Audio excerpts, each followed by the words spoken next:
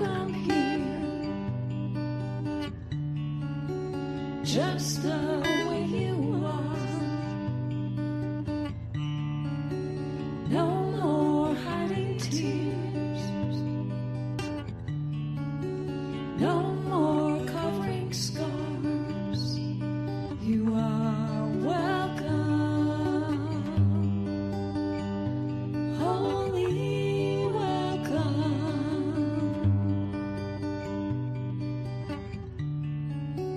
You are welcome here, just the way you want to be.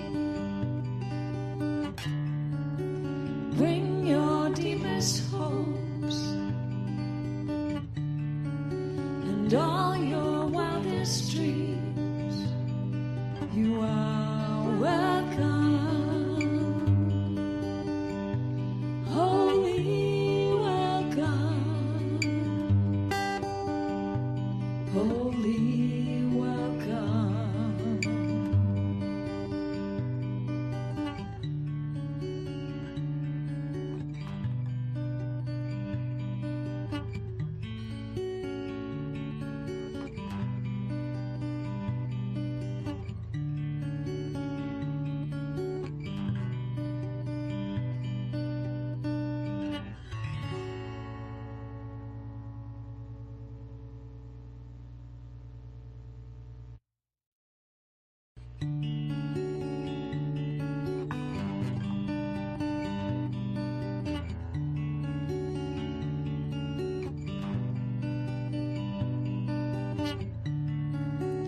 You are welcome here, just the way you are. No more hiding tears, no more covering scars. You are welcome, holy welcome.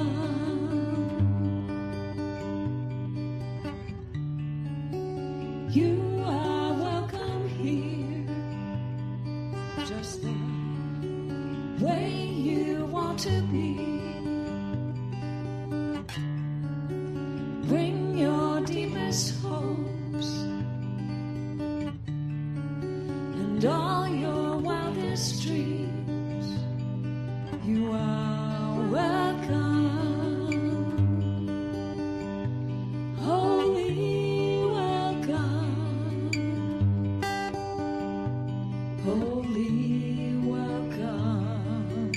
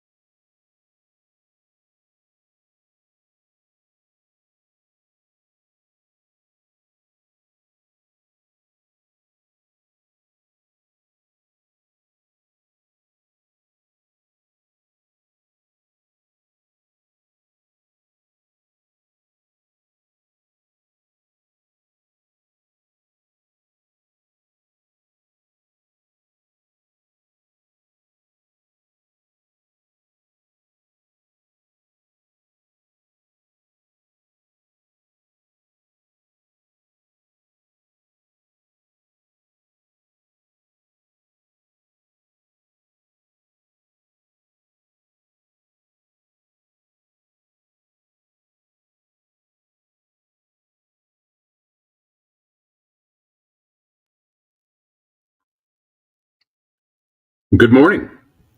Happy Independence Day weekend, and welcome to the Centers for Spiritual Living St. George Sunday celebration. My name is Bill Smith. I'll be your host today, and I just want to welcome you all and thank you all for joining us. We have one of the things that I want to tell you a little bit about our center, our spiritual center. We have a practice. It's called Arise, and it's a 5-letter acronym, but I think it takes on some pretty good significance. First letter is A for awareness. Second letter is R for radical responsibility, taking responsibility. I, inside out living. It's all an inside job. S, spirit is all there is. And E, everyone is doing the best they can with what they have and where they are. And so am I. So that's kind of our practice in a nutshell for working through issues. Our vision.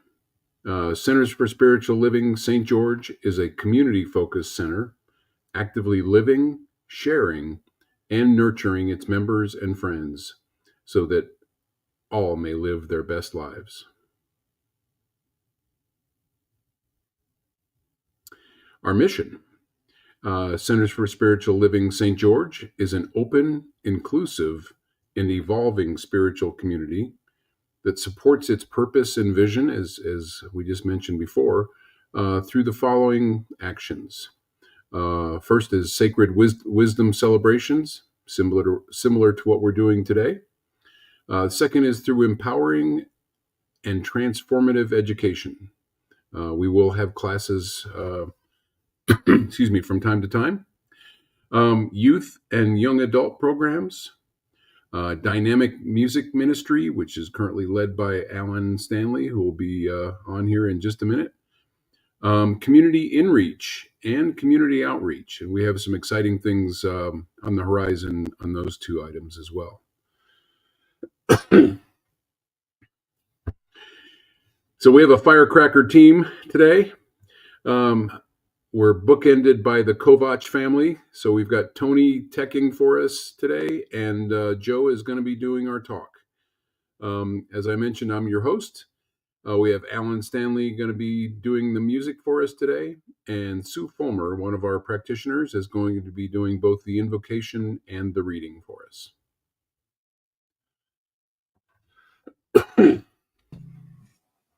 And here comes Alan Stanley right now. He's going to give me a break so I can not cough on the screen and do a lovely song by Michael Gott for us. All right. Thank you, Bill. Thank you. Hello, everybody. Firecracker, huh?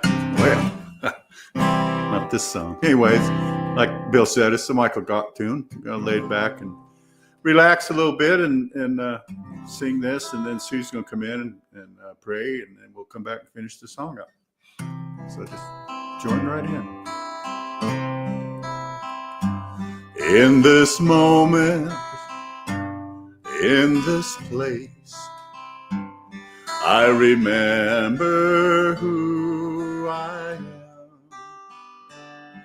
letting fear and worry fall away from me. I open my eyes and see there is only love. There is only love. Love that heals, love that sets me free. There is only love. When I lose myself, when I feel I've lost my way, when I go inside and quiet my mind, I hear Spirit gently say, There is only love. There is only love. Love that heals, love that sets me free. There is only love.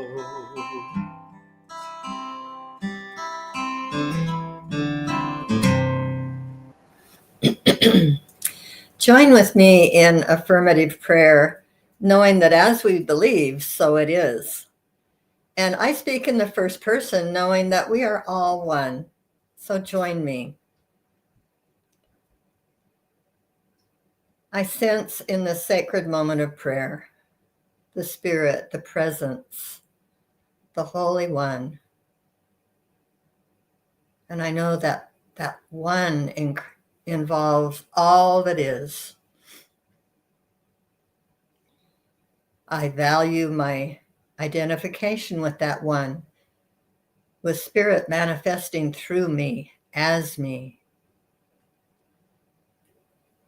I am grateful today for the spirit of this gathering, for this sacred celebration, for the opportunity to sing and pray and in freedom and love hear the words of our minister and celebrate together, even though it is online.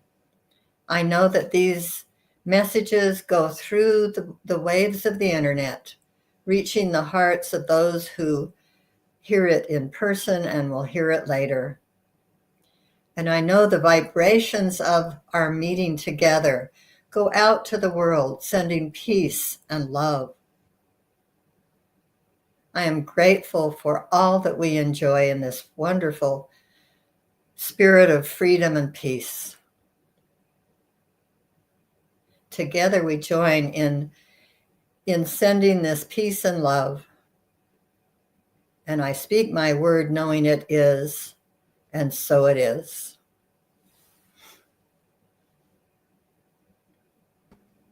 So it is. Thank you, Sue. Thank you so much.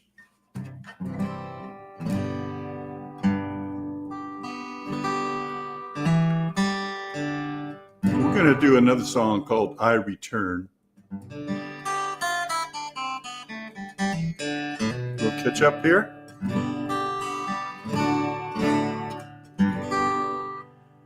After I sing the second half of this first song. And I know this voice of love, it is singing through my life. It is all I am, every part of me. It is all I choose to be. There is only love.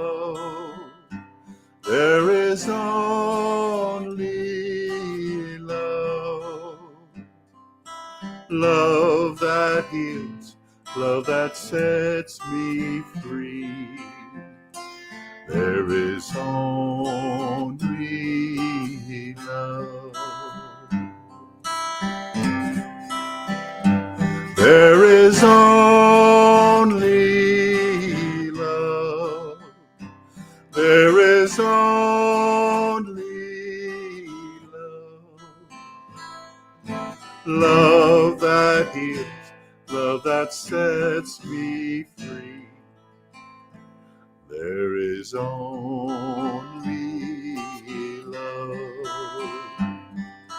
Love that heals, love that sets me free. There is only love.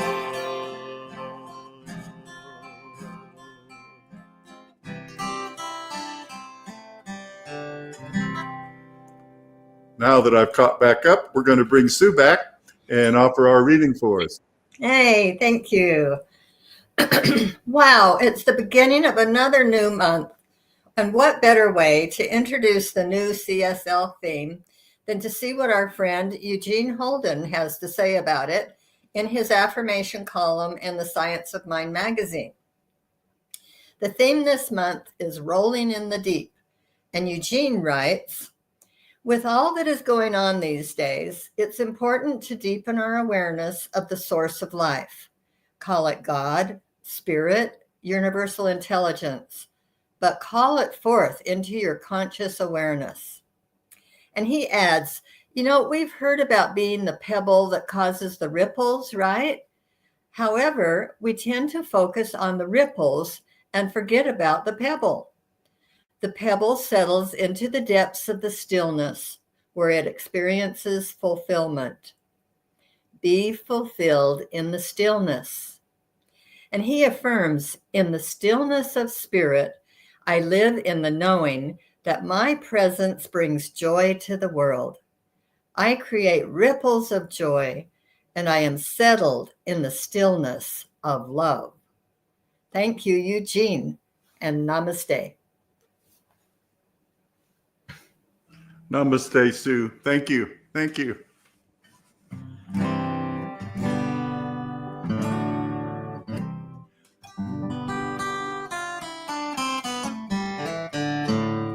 Now we're going to do a song called I Return by David Alt. This is one of my favorites.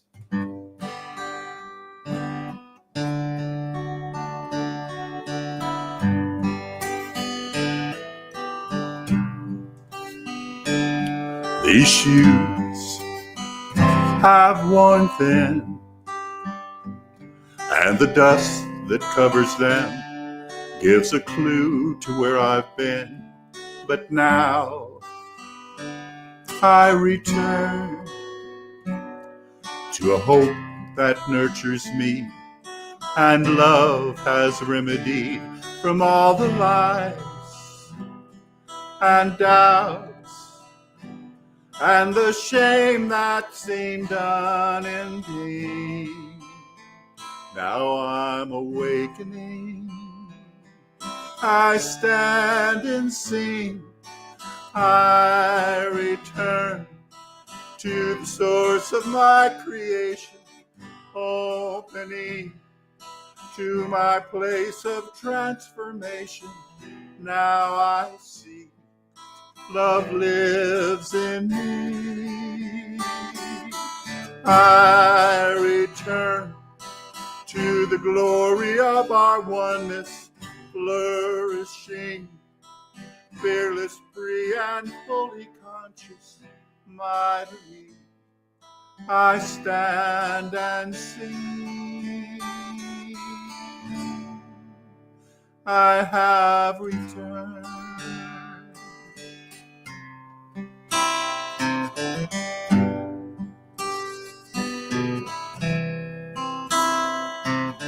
Day after day,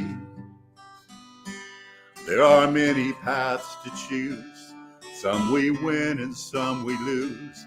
Still all lead to one, where the hearts that tarry there believe in love beyond compare. Finally I trust your embrace and give thanks for the journey here. Yes, I'm awakening. I stand and sing. I return to the source of my creation, opening to my place of transformation. Now I see love lives in me. I return to the glory of our oneness, flourishing, fearless, free, and fully conscious. Mightily I stand and see. I have returned.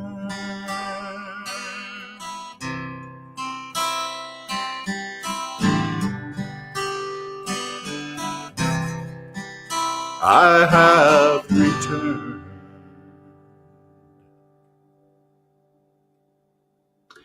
Thank you, Alan. What a great song. I love that one. Yeah. All right. Now it is my pleasure to introduce our senior minister, Reverend Joe Kovach. There he is. Here I am. Good morning, Bill. Are you enjoying your holiday weekend? It has been fun. It really has. My son's back in town. I had the whole family over. It was just, Tony was cooking on the Traeger, sitting in the pool. Lovely. No complaints here at all. How about you? Those are the good ones. Yep. Similar. Just laid back, nice weekend. Awesome. Well, thank you for the kind introduction. All right. Have a good one. Good morning, my beloved community. Happy Sunday. Obviously, we're talking about celebrating the holiday and the freedom of that we take for granted so often, and all those that have given of themselves, really everybody from that has helped to create our great nation, and in essence, continue to allow that to ripple out into the planet that we live on. So happy July, happy day. Life is going well. As you heard, we had a great holiday. I hope wherever you are receiving this message that you just recognize the infiniteness that is you, that is available at any moment, and to know that you are truly well and have all that you need. And that's not the Hallmark card. That is truly what we believe here at CSL St. George. And today, this month, as Sue, great reading, Sue, good choice, and a good friend of ours. The new monthly theme is Rolling in the Deep. And I did change up the title. And if you're paying attention, it has something to do with dolphins. So I am going to briefly mention them because it helps us stay with the theme, and it does work into what came in and through me. So let's get to that. So initially, the talk had to do with river dolphins, and the point that the initial outline was going to be was the bottlenose dolphins.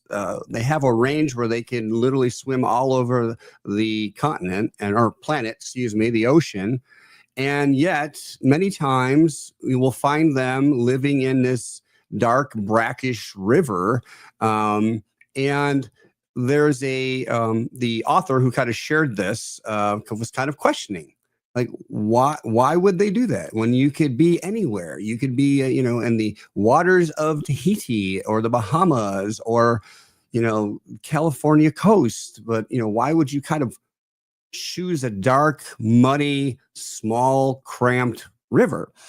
And so I took that, and what came through me is the idea of, well, where are we living consciously, or are we living, by fear and just kind of default thinking?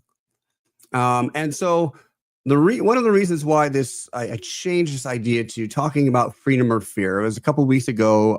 There was the situation going on with China, and every other day there's a new thing going on with someone, and my daughter came and asked me if we're at the beginning of World War III.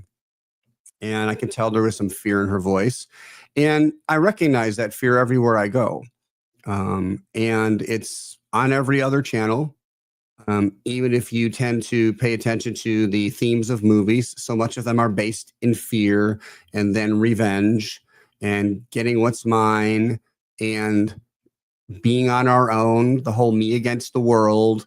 And yet there's that, of course, event that draws us into it is, life gets better. And so I wanted to identify that. I know that so many of you and so many of our community in the world lives in fear. And yet I want to remind you that all of the great avatars that have ever visited our planet for any length of time have allowed us to recognize that there is no true power in fear, and that if we're going to change this world that we live in, eventually we move through fear. We don't pretend it's not there. Okay, we move through it, and there's a process to do that. Now, first, I want to remind us as well, very powerfully, that each of you have the blueprint, the design, if you will, with directions, with step-by-step instructions. You have the power to co-create your perfect life, no matter what you are going through in this moment. Think about that. Give your focus and attention to the experiences that you really want to have. It may not happen this hour, this day, this week, this year. But what we do know, and scientifically proven, is the more that we use our intention and intuition to be from the inside and live as if we are living that life that we want to live, eventually it must be that or something greater. And we always believe that as well. So if we speak about it as it's happening now, if we feel about it as if it's happening now, if we are grateful for not only that, but all that shows up, again, by what we call law, natural law, something or better must show up. But what do we tend to do? We tend, until we learn otherwise, we tend to simply focus on the things that scare us, focus on the things that cause us trauma and turmoil inside, the things we loathe, the things we hate, the things that trigger us emotionally, physically, spiritually. And we wonder why more and more and more and more of that shows up. Now, we've practiced that a lot, so that shows up pretty easy in our life. And so flipping the switch, we kind of want it to change overnight. But we have to build up that momentum. We have to build up that vibration, that energy, that it's like tending a garden, right? If we only go out and water the plants once a month, probably not going to be around too long.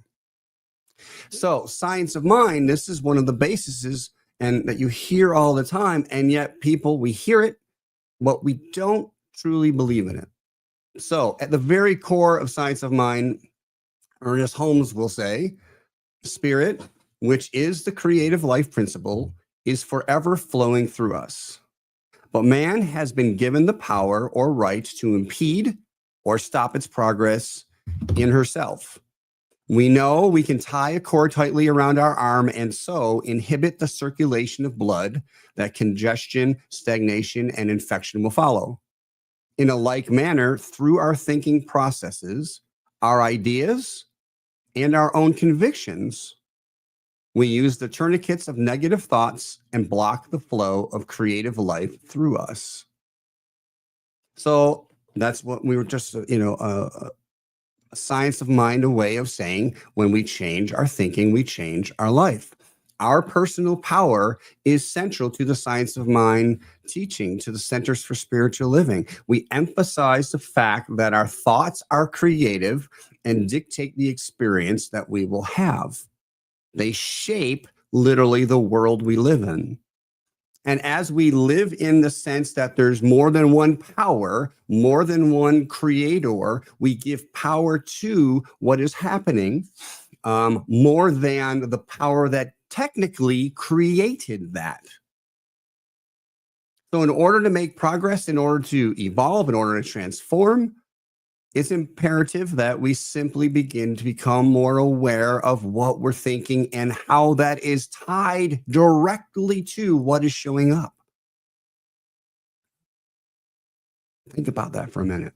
I know you hear me say that all the time, but look, I'm working on it every single day, and I still find myself getting in fear, getting triggered, giving power to something outside of us. So you're not wrong in doing it. We're not bad in doing it. It's a process.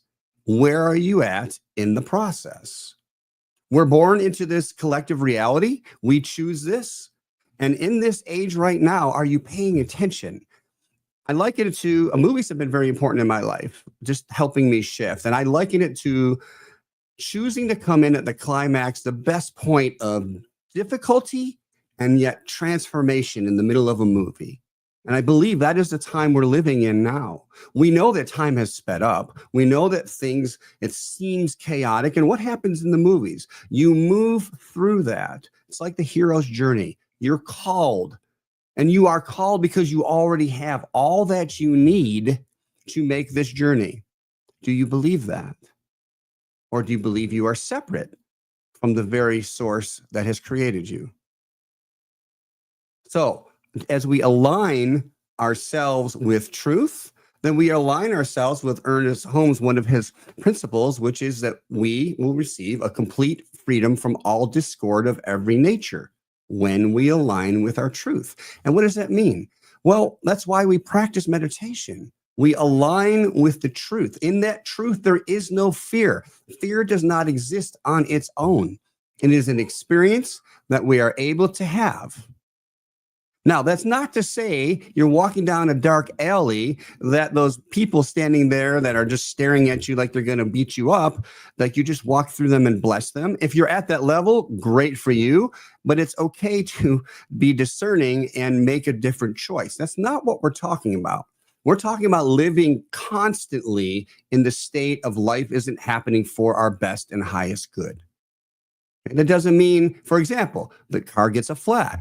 Are you a victim? Is that just life working against you? Or are you blessed to own a car? Are you blessed to have the spare? Are you blessed that you didn't crash or hurt somebody? Are you blessed that you will receive the help that you will need to get moving on? It depends on our thought and our perspective. Right?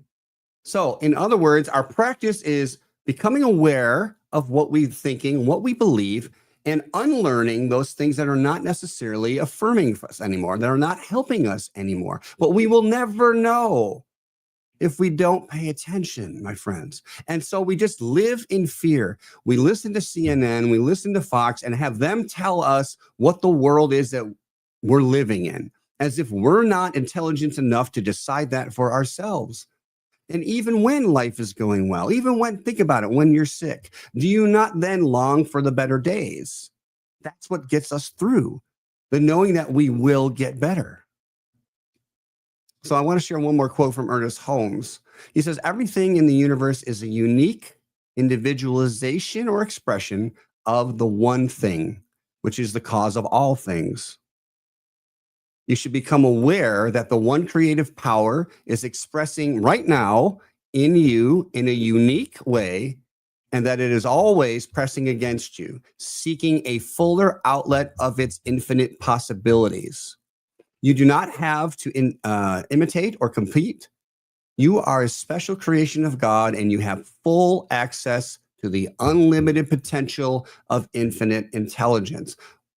Another way of saying it, you have all that you need. You are a unique outlet, and that fear is only caused by because we don't believe that we have what it takes. We're afraid of how we'll look. We're afraid of failing. We're afraid of X, Y, and Z. So we feed the fear, and we don't experience the freedom that is waiting for us now. Do you believe this? Or are you in self-imposed bondage right now? We're the ones doing that. Freedom is our natural state. Freedom, look at nature.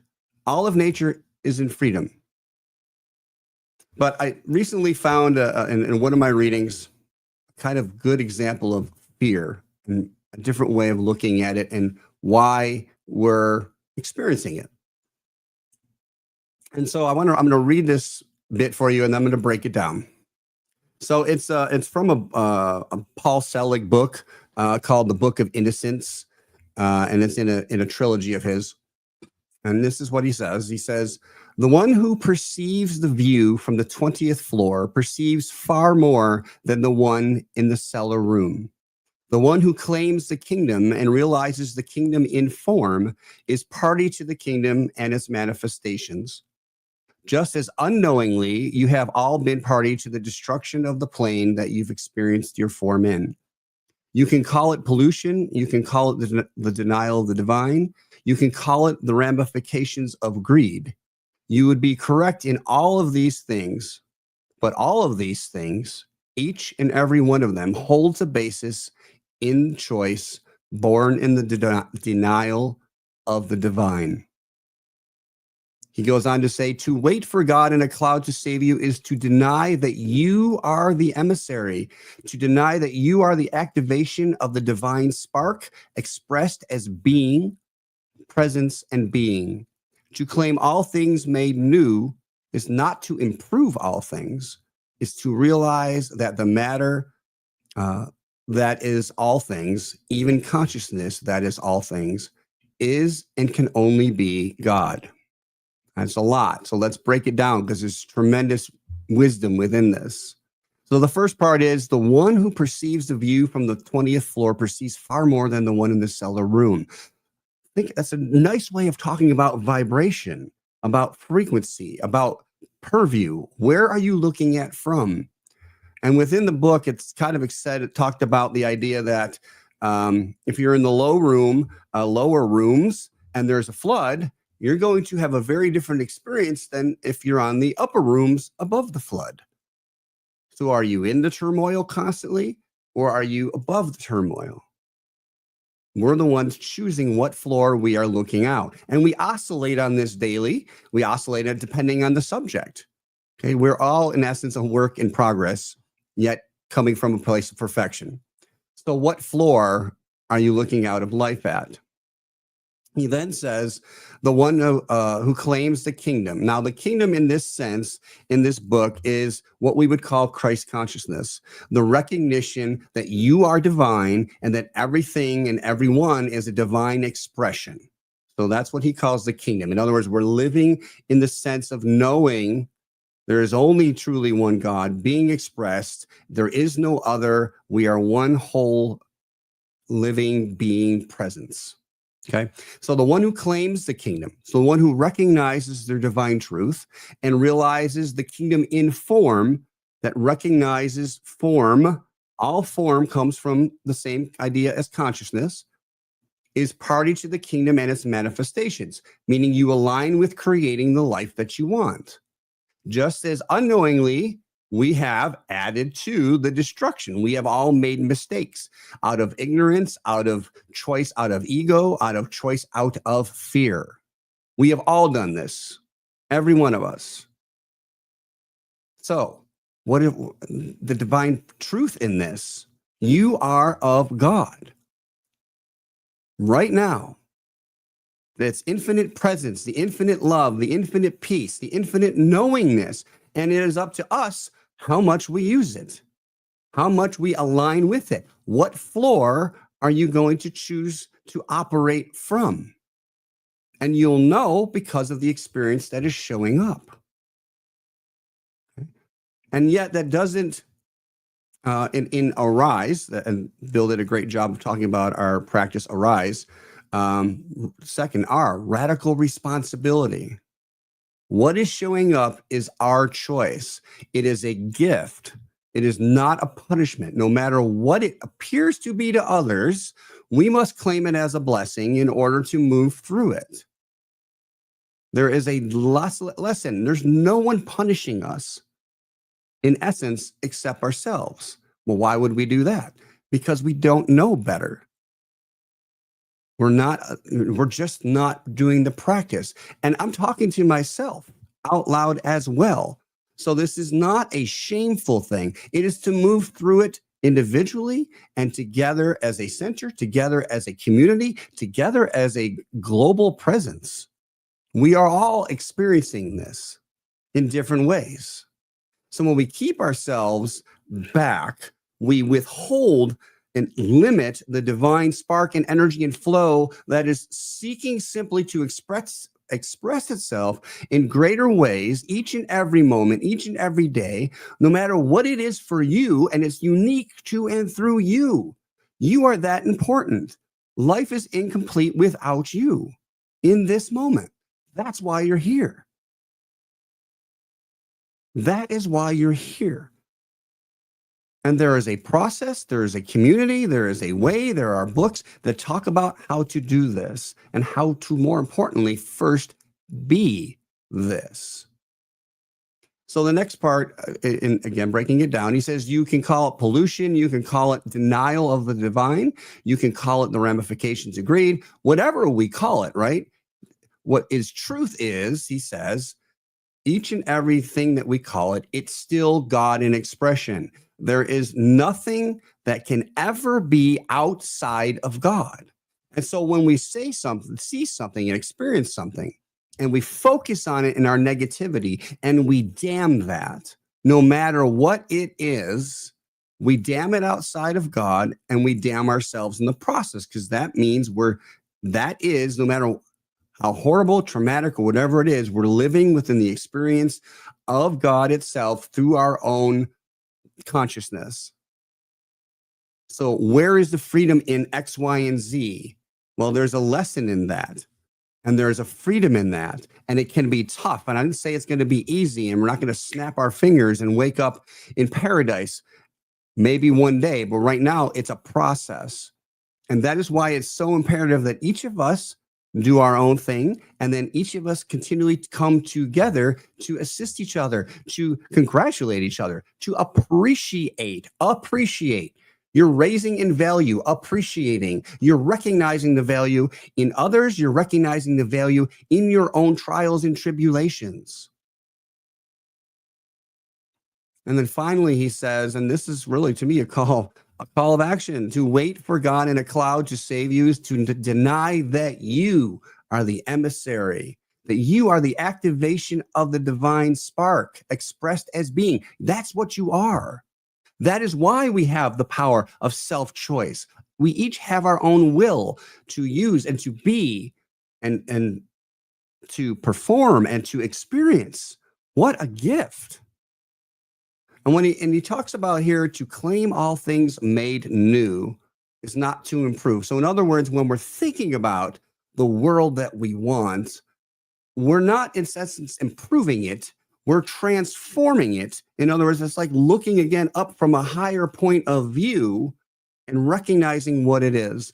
And the description that came to me, the analysis was kind of as I went through and we each go through, but for me, my education, right? Early on, it's a evolution of consciousness and perspective. Like early on, it's, I think about elementary, and it was learning, and learning was still fun. And it was mostly focused on having fun, learning in fun ways, interacting appropriately with others. And then even when someone got mad at you or did something, you were quick to forgive because the joy was where it was at. And then as you kind of get older, learning doesn't become so much fun. And then there seems to be other pressures that we're picking up from outside of ourselves. And we begin to hear the things of you should do this, and this is right, and this is wrong. And then, God forbid, we move through middle school. Those ages, those 3 years have shifted so many people. And I was one of them. It was probably the most difficult 3 years of my life. So there's chaos, there's conflict, there's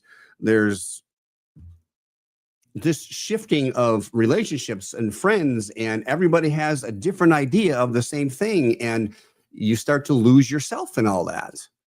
And then high school, it starts coming together again. And now you're shifting from, oh, wow. And you can look back now. You're old enough in high school to look back at the times when you were younger and almost kind of like, oh, why did I do that? Why did I act like that? Why did I dress like that or whatever? And in essence, we negatively judge ourselves. But actually, if we choose to find the wisdom in that, you see how you have grown. There are friends that you've had to let go because they just weren't good for you anymore. And there are things now that you start preparing for. You start coming consciously aware to prep your own future. And then if you're able to, for me, I went to college, and that was not an easy trend. We were talking about that this weekend. I struggled for the first couple years, and then I had an experience. I went to college, and if my dad's listening, he'll understand that it was kind of either go to college or get kicked out of the house, because I wasn't planning on going to college, but I definitely wasn't ready to get kicked out of the house yet. And so I went and I took psychology because it was the thing I was natural at. Yet I struggled for many reasons. And then I made the choice to join football. I was never allowed to play football because of some growing up with my birth defect and things. I was under reconstruction and so on and so forth. But now I was old enough to do what I wanted to do. But I joined not just to play football and like rebel. I joined because I knew I needed those barriers in my life to say, look, if you're going to be on this team, you got to have certain grades. You got to come to tutoring. You got to do X, Y, and Z. And I still needed that. As much as I was a rebel in my life, I still knew what was best for me. And I made those tough choices. And it got me through. But I learned. I started getting confidence in myself. I shifted. Now comes, I'm out. I got my degree. Still not sure what I'm doing. consciousness is changing. What can I do? Sometimes it feels overwhelming. I felt stuck because there were so many things, yet I still didn't feel qualified. And then through a job I was at, I learned about school counseling in a different way than I experienced it when I was in school. And so, you got to have a master's degree for that. I barely got out of high school. I barely got through college. And now I'm going to apply for a master's degree. Like, there's a part of me that was like, what are you doing? And then there's the other part of me that was like, well, all right, the worst I could say is no. So I applied. Crazy enough, to this day, if there's a miracle in my life, I was gained entrance into Canisius College. And I went from C's and D's mainly to high honors, which was mostly A's and a couple B's. I found my purpose. And that's, so in other words, you align with the truth that was uniquely me. And that's what I'm asking you to do, and to join me and to join us in doing. And that is the power of this community, is to assist each other through this process, to recognize that divine spark of who you are. Now, going back to the dolphins that I mentioned earlier, which kind of choice are you making? Are you that that dolphin with infinite choices, and you're just kind of going, I don't know what I want to do, and you end up in a river and you stay there because that's where life took me. What am I going to do? There's other people here too. It must be okay. And what if I go out there and then all the fear comes in, all the what ifs? Or are you consciously choosing because there's something within you that draws you to that river, that just, you have to be there. And everything within you has led you to that. Two very, very different perspectives. So this holiday weekend, I know we celebrate it because of our country's history, but Freedom Day is every day. Freedom Day is every moment. And I came across through the minister's listserv, our email communications. I'm going to read to you. It's long, but I'm not always, I recognize my limitations in expressing myself sometimes. And this is what I would say, if I could say it, I guess, if that makes sense. I'm not putting myself down. It's a gentleman named Zachary Fisher. I asked the person who shared it where they got it from, and he just said it was a random post on Facebook that he received. So, you can search Zachary Fisher if you'd like, but here's what I want to read, because going back to my daughter's talk about World War III, this comes from the place of the word apocalypse. And so it says, most people hear the word apocalypse and think it means destruction, fire, and the end of the world. But that's not what it really means. The original Greek word, and it's spelled in Greek, apocalypsis, actually means lifting of the veil, a revealing and unveiling of what's been hidden. And that's exactly what's happening right now, not just in the world, but inside of us. The world we were raised in wasn't built on truth. It was built on control. We were handed stories and systems that were never designed to liberate us, only to shape us into something easier to manage. Religion taught us to fear our own divinity and worship something outside of ourselves. Education trained us to memorize and obey, not to question or feel. History was written by those who needed us to forget. Even medicine, politics, media, it's all been a part of the same machinery, and most of us didn't question it until something inside us cracked. That crack, that's when the veil starts to lift. And when it does, it doesn't always feel like awakening. Sometimes it feels like grief, betrayal, even heartbreak, because you start to see the world you trusted was built on the half-truths. You start realizing that you were told to be, that what you were told to believe about life, about yourself, about God, was shaped to keep you small. That's not an easy thing to face. But the veil isn't just around the world. It's also within us. It's the internal programming that says you're not good enough. You need to earn love. You're broken, or you need to be fixed. It's the shame you've been carrying that was never yours to begin with. It's the belief that you have to wait for someone or something outside of you to tell you who you are. And when that veil starts to fall, everything changes. It changes everything. You begin to see the chaos around you isn't the end. It's the unraveling of what was never real. And yes, it can feel like you're losing everything. Old relationships, beliefs, communities, even parts of yourself that once felt like home. That's why most people resist it. Because even illusions can feel safe when you've lived in them long enough. But here's the truth, he says. You weren't born to stay asleep. You were born to wake up. You were born to witness this moment, to feel the discomfort, to move through the fear, and to reclaim what the world tried to bury you in. And it's not just personal, it's collective. This is the real apocalypse, not the end of the world, but the end of the false world. And underneath all the noise and all the lies is something raw and real. Clarity, truth, power, remembrance. You start to breathe differently. You stop seeking validation. You stop outsourcing your worth. You stop waiting for someone else to save you because you finally remember you were never lost. You were veiled. So let the world call it chaos. Let them say everything's falling apart. You know better. You know this is what liberation feels like. Messy, uncomfortable, sacred. This is the lifting of the veil. Don't run from it. Don't numb it. Don't shrink back to make others comfortable. Stand in it, walk through it, speak from it, because this is what you came here for. And I will end on that, and so it is. So let me pray now, and then we'll do our affirmation. So join me in recognizing the truth that there is only one power, one presence that is the source of all that we are aware of and unaware of, and it is our very beingness. There is nothing that is outside of that which we call God or spirit or universal principle or whatever word we choose.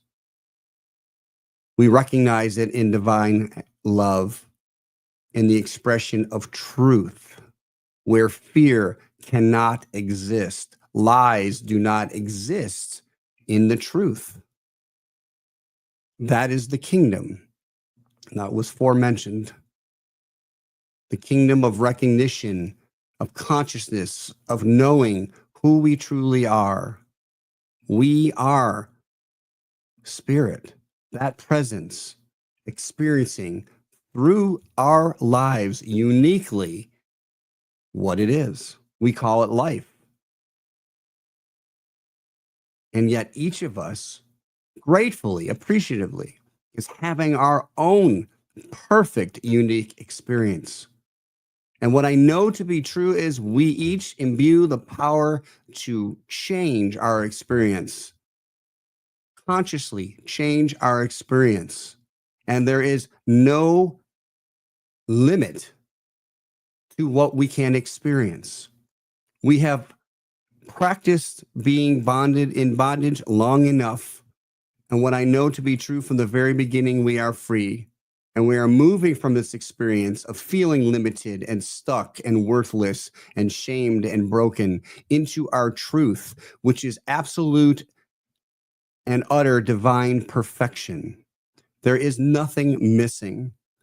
Everything is here. We are now consciously aware, each of us, of what floor we are looking out of. The higher the floor, the more we get to see and experience at a lighter level.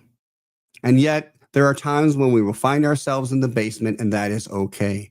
For when we wake up and recognize, we are then able to simply take the stairs and align to a higher level. And so we let go of the idea of shame, and we invite pure wisdom. We invite truth, which aligns us to all that is needed for us to experience that, a life that we truly love. I am absolutely grateful to be the spiritual director of CSL St. George. I'm grateful for this community, that it exists, for its founder, Reverend Josie, recognizing her divine perfection in this moment, and all who have ever served on the boards, on the leaderships as volunteers, to allow our community to flourish the way it is now. And I'm excited to continue to be taking the next steps in growing consciousness as a community and assisting us individually as well. I step into that and I set aside any thought or fear or belief that I do not have what it takes.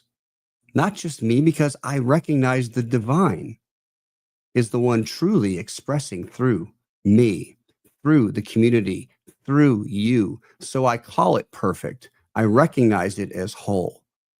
I claim and affirm the freedom that is natural for each and every one of us. It is who we truly are. I let go and I let God, and so it is. And so our affirmation for this week, our practice is simply in this moment, I affirm that God is all there is. I choose freedom and remember the truth of who I am. Namaste.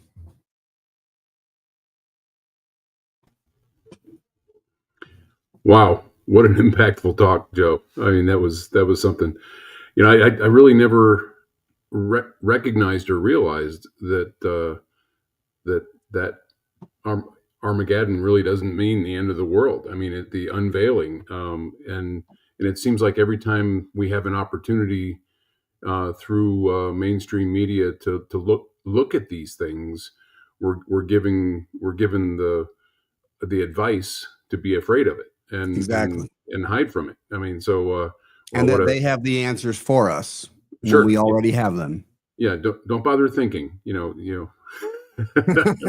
got you covered on that. Yeah, trust us. Yeah. So excellent talk. Thank you. Looking Thank forward you.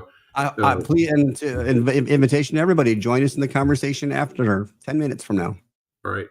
See you there. Cheers. Okay. So before we move on to the Zoom side, we've got a couple announcements to make. First is at Centers for Spiritual Living St. George, we recognize that every single one of us are abundant beings and prosperous beings, and we do so and support our center in several ways. One of the ways that, if you're interested, you can give with Zelle, which is how I do it. You can give online, and there's a QR code here you can scan or go to our website, and you can give by mail. You can drop a check in the mail, the good old days way, P.O. Box 3132, St. George. And as a response to those offerings and those contributions, we offer this affirmation: I am overflowing with love and abundance. I give from the source of my being, which is rich and unlimited. With joy and excitement, I share from this overflow. In return, the universe gives back to me in infinite ways, channels, and means. And so it is. All right, as we mentioned earlier, we'll be on the Zoom channel in about 6 or 7 minutes from now, and look forward to breaking down Joe's talk a little bit more and getting a little deeper into that. Our next in-person service is next weekend, July 13th, and I will be talking about breathe. And I'm sure that will be a lot of fun. Look forward to seeing you there. More announcements. We have prayer requests. If anyone is interested in prayer, just shoot over to our website, go to the About page, and then click on one of the practitioners. There are 5 of us on there, and any one of us can help you out. And when you do select one, we communicate with each other, and that pulls in the praying power of the whole community. So, if you're looking for a specific prayer, that's the place to start. Okay. Also, we're as we're growing and as we're becoming more of a center, we really need more volunteers. And there's a couple ways that you can reach out and make a difference in our community and your community. First is the soundboard. Give you a chance to kind of work with Alan and the people that are doing the live presentations, whether that be the practitioner or the minister, and as far as making their sound good and making sure that it goes out through our social media well. We also have a video streaming tech, which Tony is doing right now behind the scenes, and we always need help in that area. It's a little bit of a technical job, which I think is kind of fun, but gives you a chance to participate that way if you're good with computers or that kind of thing.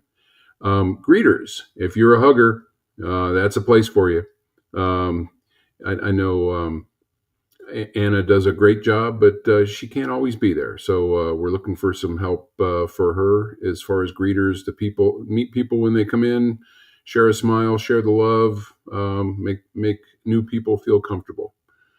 And then last but not least is kitchen support. We all like our snacks and our coffee afterwards. And my wife, Diana, does a great job of that, but she always needs help. And, sometimes she just needs a week off, and sometimes she just needs somebody else to be there to help, get things spread out and cleaned up and that sort of thing. So we encourage volunteering and look forward to any way that you can help, jumping in there and doing that. Another way that we can all volunteer is a thing that's coming up in October. It's called an installation ceremony. And a little bit about that, because I bet most of you have not heard much about that. And we've just really started to plan this on the leadership team side. But when Reverend Joe joined us several years ago, we were at the very end of COVID. We were still doing all of our ceremonies online. We weren't having the in-person meetings, and we kind of skipped a step, an important step. So when a new minister comes to a center, there is a ceremony. It's called an installation, and it's a significant commitment from the community to the minister, and from the minister back to the community. And we, for all the wrong reasons or right reasons, we skipped it. And but we're going to correct that. And in October, we're going to have a installation ceremony to officially join Reverend Joe with our center, as he has been since for like 4 years now. But we're going to make it official. This is an important deal, and we are just beginning the planning of that. So if you would be interested in being on the planning team, there's an email there, stgeorgecsl@gmail.com. Just shoot an email, and one of the members of the planning team will talk to you and create a space for you there.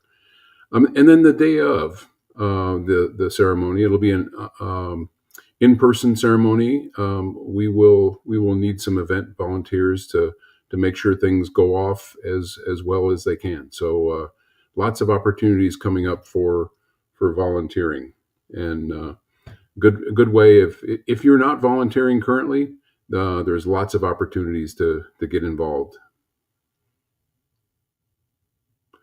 All right, upcoming services. I already mentioned that I will be doing the Breathe talk next week, and then July 20th we'll be back online, and Reverend Joe will be talking about honoring your boundaries.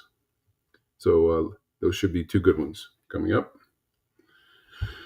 All right, now Tony's going to pull us all back online, and we will do our closing affirmation.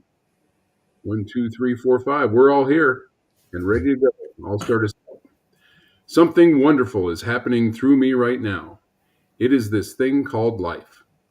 Life is in my mind. Life is in my body. Life is in all that I do. I am it. I embrace it and I share it. Just the way that it is. And just the way that it is becoming. Thank Thank you. you, Right. life. Mm. All right. Thank you for joining us. See you over on Zoom. Zoom, zoom.